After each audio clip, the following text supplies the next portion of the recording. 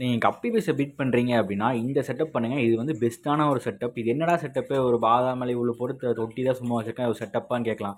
ஆனால் இது வந்து ஒரு பெஸ்ட்டு செட்டப்புங்க. மொத்த 4 விதமான பெனிஃபிட் வந்து இதில் இருக்குது. அது என்னென்ன பெனிஃபிட்னு சொல்லிட்டு நம்ம அடுத்தது பார்க்கலாம். ஃபஸ்ட்டு பெனிஃபிட் என்னென்னு பார்த்தீங்கன்னா, இந்த பாதாமில் இந்த மாதிரி நீங்கள் போட்டு வச்சுருந்தீங்க அப்படின்னா குட்டி போடுற மீனுக்கு வந்து ஃபின்ராடு மற்ற எந்த நோயும் வராமல் காப்பாற்றும். அதே மாதிரி பிறக்கிற குட்டிக்கும் எந்த நோய் வராமல் காப்பாற்றும். இது ஃபஸ்ட்டு பெனிஃபிட்.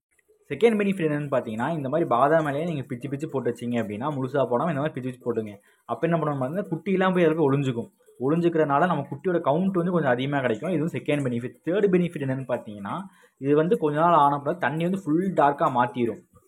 இப்போது ஓரளவு டார்க்காக இருக்க அந்த தண்ணி இன்னியும் வந்து டார்க் ஆகும். ஒரு வாரம் ஆச்சு அப்படின்னா இன்னும் ஃபுல்லாக டார்க் ஆகும். அப்படி டார்க் ஆகாமல் என்ன ஆகும்னு பார்த்தீங்கன்னா, ஒரு மூலையில் போய் ஒரு குட்டி ஒளிஞ்சிருச்சு அப்படின்னா தாய் மீனால் வந்து அவ்வளோ சீக்கிரம் வந்து அந்த குட்டியை இன்னொரு மூலையில் இருக்க குட்டியை வந்து பார்க்க முடியாது. ஏன்னா பார்த்தீங்கன்னா தண்ணி வந்து டார்க் ஆனனால வந்து அவ்வளோ சீக்கிரம் பார்க்க முடியாது. குட்டிங்க வந்து தாய் மீனோட கண்ணில் படாமல் தப்பிச்சிரும்.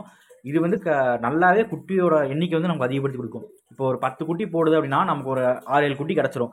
2 குட்டி தான் குட்டி தாய் மீன் சாப்பிடவே ஒழிய மற்ற குட்டிலாம் தண்ணி வந்து ரொம்ப டார்க் ஆகிறனால அவ்வளோ சீக்கிரம் வந்து தாய் மீன் கண்ணு வந்து படாது.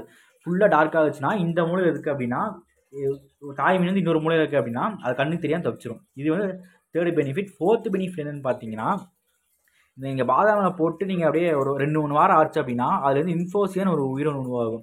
அந்த உயிரினம் வந்து குட்டி மீனுக்கு வந்து நல்ல ஒரு சிறந்த உணவு. அதை வந்து குட்டி மீன் வந்து நல்லா விரும்பி சாப்பிடும். குரோத்து வந்து நல்லா அதிகமாக வரும்.